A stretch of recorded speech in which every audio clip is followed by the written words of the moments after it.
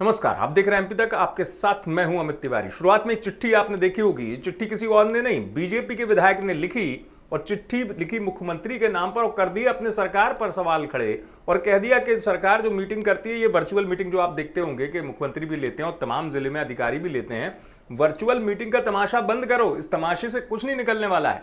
ये है जिन्होंने लिखी चिट्ठी, नारायण त्रिपाठी। आपको पता है बीजेपी के विधायक हैं, मैहर से विधायक हैं। इस चिट्ठी को जो मैंने आपको दिखाया था शुरुआत में, इस चिट्ठी का जो लब्बो लबाब था, कुल मिला के विधायक ने बड़ी बात ये कह दी कि स्वास्थ्य सेवाएं बदहाल है मध्य प्रदेश में। अगर अपने क्षेत्र की बात करूं मैहर की, तो वहां के लोगों को ना रीवा मेडिकल कॉलेज में इलाज मिल रहा है, न जबलपुर मेडिकल कॉलेज में इलाज मिल पा रहा है।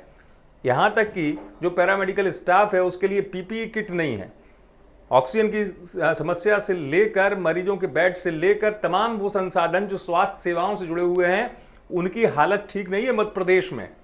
और इस तरीके से जो काम हो रहा है, इस तरीके के काम से अपने ही सरकार पर सवाल उठा दिए नारायण त्रिपाठी ने। हालांकि इस चिट्ठी में उन्होंने एक जगह शुरुआत में लिख दिया कि मुख्यमंत्री तो संवेदनशील हैं, मुख्यमंत्री बच्चियों के मामा हैं, बुजुर्गों के लिए पुत्र का दायित्व निभाते हैं, उनको तीर्थ योजना के तहत तीर्थ भी करवाते हैं। लेकिन उसके बाद यह भी कह दिया बड़ी बात कि सरकार के में जो मीटिंग हो रही है, इस तरीके की वर्चुअल मीटिंग, वो तमाशा बंद होना चाहिए। और तो और विधायक नारायण त्रिपाठी ने बड़ी बात कह दी कि अगर कोरोना की चैन तोड़ना है तो लगा दीजिए पूरे 1 महीने का टोटल लॉकडाउन, यानी मध्य प्रदेश में संपूर्ण लॉकडाउन। सरकार जिस पॉलिसी पर चल रही है, संपूर्ण लॉकडाउन से हटकर चल रही है। लॉकडाउन जो लग रहा है वीकली, उसको बढ़ाया जा रहा है कुछ दिनों के लिए, बढ़ा के मुख्यमंत्री कहते हैं कि संपूर्ण लॉकडाउन अब विकल्प नहीं है। अब ऐसी स्थिति में अपने ही सरकार पर सवाल उठा के नारायण त्रिपाठी ने बड़ी बात कर दी है। नारायण त्रिपाठी हालांकि पहले भी आपको याद होगा सवाल उठाते रहे हैं, विंध्य प्रदेश को लेकर उनकी जो राय है वो सरकार से अलग लीक पर रही है। उनकी राय ये रही कि सरकार जो है क्यों नहीं विंध्य प्रदेश बना रही है। तब भी सवाल उठे कि पार्टी के खिलाफ जाकर नारायण त्रिपाठी अपनी सरकार पर सवालिया निशान क्यों उठाते हैं। अब नारायण त्रिपाठी इस पूरे मामले में क्या कह रहे हैं, ये भी हम सुन लेते हैं। एक तो कोरोना महामारी, दूसरी कोई भी सामान्य बीमारी पर भी लोग मर रहे हैं, कोई देखने वाला है नहीं, सुनने वाला है नहीं, करने वाला नहीं है।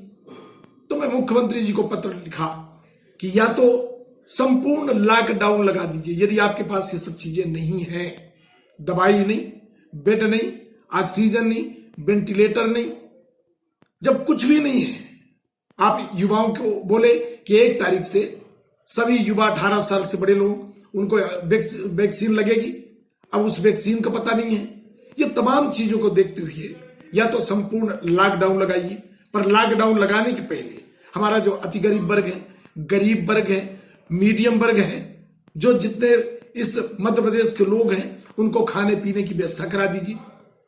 हर घर में कोरोना चेकअप की जिम्मेदारी लीजिए।